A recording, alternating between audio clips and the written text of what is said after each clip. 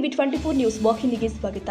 ಮಧ್ಯಪ್ರಾಚ್ಯದ ಉದ್ವಿಗ್ನ ಪರಿಸ್ಥಿತಿಗಳ ನಡುವೆಯೂ ಶಾರ್ಜಾ ಬಂದರಿನಿಂದ ಹೊರಟ ಎಂಎಸ್ಟಿ ಎಂಬ ಹಡಗು ಹೊರ್ಮುಜ್ ಜಲಸಂಧಿ ದಾಟಿ ಕಾರವಾರ ವಾಣಿಜ್ಯ ಬಂದರನ್ನ ಯಶಸ್ವಿಯಾಗಿ ತಲುಪಿದೆ. ಸುಮಾರು 6,200 ಮೆಟ್ರಿಕ್ ಟನ್ ಬಿಟಮಿನ್ ಸಾಗಣೆ ಮಾಡಿಕೊಂಡು ಬಂದಿರುವ ಈ ಹಡಗು ಕಳೆದ 35 ದಿನಗಳ ಬಳಿಕ ಬಂದರಿಗೆ ಆಗಮಿಸಿರುವುದು ವಿಶೇಷ. ಮಧ್ಯಪ್ರಾಚ್ಯದ ಯುದ್ಧ ಸಂಘರ್ಷಗಳಿಂದಾಗಿ ಕಳೆದ 1 ತಿಂಗಳಿನಿಂದ ಬಂದರಿನ ವಾಣಿಜ್ಯ ಚಟುವಟಿಕೆಗಳು ಬಹುತೇಕ ಸ್ತಬ್ಧವಾಗಿದ್ದವು.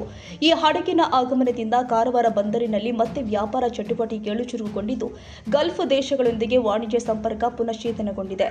ಬಂದರು ಅಧಿಕಾರಿಗಳು ಹಾಗೂ ವ್ಯಾಪಾರ ವಲಯದಲ್ಲಿ ಈ ಬೆಳವಣಿಗೆಗೆ ಸ್ವಾಗತ ವ್ಯಕ್ತವಾಗಿದೆ. ಬಿಟಮಿನ್ ಸಾಗಣೆ ಪ್ರಮುಖವಾಗಿ ರಸ್ತೆ ನಿರ್ಮಾಣ ಮತ್ತು ಮೂಲಸೌಕರ್ಯ ಅಭಿವೃದ್ಧಿಗೆ ಬಳಸಲಾಗುವುದರಿಂದ ಈ ಸಾಗಣೆ ರಾಜ್ಯದ ಅಭಿವೃದ್ಧಿ ಕಾರ್ಯಗಳಿಗೆ ಸಹಾಯಕವಾಗಲಿದೆ ಅಂತ ತಿಳಿದು ಬಂದಿದೆ.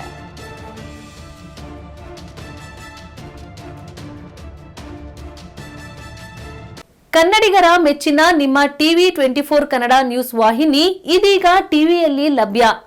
ಕರ್ನಾಟಕ ಮತ್ತು ದೇಶ ವಿದೇಶದ 360 ಡಿಗ್ರಿ ಸುದ್ದಿ ಹಾಗೂ ಉತ್ತರ ಕರ್ನಾಟಕ, ಬೆಳಗಾವಿ, ಬಾಗಲಕೋಟೆ, ಧಾರವಾಡ, ಹಾವೇರಿ, ಗದಗ, ಬಿಜಾಪುರ ಜಿಲ್ಲೆಯ ಕ್ಷಣ ಕ್ಷಣದ ವಿವರವನ್ನ ಪಡೆಯುವುದಕ್ಕೆ ಟಿವಿ 24 ಕನ್ನಡ ನ್ಯೂಸ್ ವಾಹಿನಿಯನ್ನ ಲೈಕ್ ಮಾಡಿ, ವಿಡಿಯೋಗಳನ್ನ ಶೇರ್ ಮಾಡಿ, ಕಮೆಂಟ್ ಮಾಡುವ ಮೂಲಕ ನಮ್ಮ ವಾಹಿನಿಗೆ ಸಹಕಾರ ನೀಡಿ ಮತ್ತು ಚಾನೆಲ್ ಅನ್ನ ಸಬ್ಸ್ಕ್ರೈಬ್ ಮಾಡಿ. Thank you.